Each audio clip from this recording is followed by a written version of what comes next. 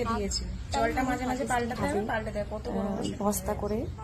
1 মাস আগের ভিডিওতে তোমাদেরকে আমি বলেছিলাম যে আমি দুটো কলমি শাক নিয়ে এসেছি বাজার থেকে এবং শেকড় গজিয়ে গেছে, আর সেটা আমি কিভাবে ডগ কেটে কেটে তোমাদের বসিয়েছিলাম, বলেছিলাম যে আপডেট দেবো।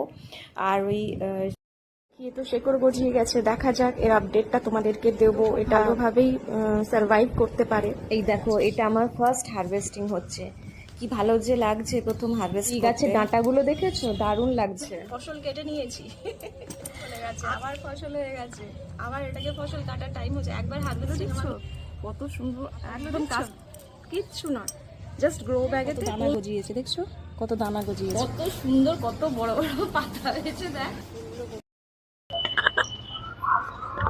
মারাবি মারাবি। এই দেখো, এইটা নিয়ে আমি 5 বার হারভেস্ট করছি গাছগুলো।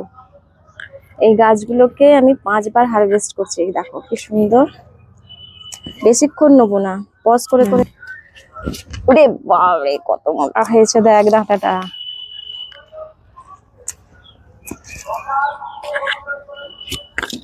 একবার রোদ বেরোচ্ছে, একবার রোদ বেরোচ্ছে, একবার বৃষ্টি হচ্ছে, কি যে চলছে নেচারের ভগবানই জানে।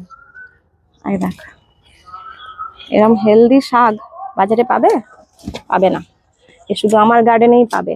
কারা কারা খাবে চলে এসো, সবাইকে কেটে দেবো এক ডগ করে। কিরকম টেস্ট লাগে, এরকম খাবার টেস্টটা তোমরা বুঝতে পারবে কিরকম লাগে।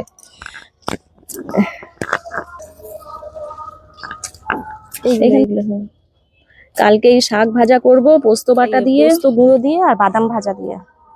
কলমি শাক তোমরা কি কি দিয়ে রান্না। আবার দেখা হবে তোমাদের সাথে নেক্সট ভিডিওতে, সবাই ভালো থাকো।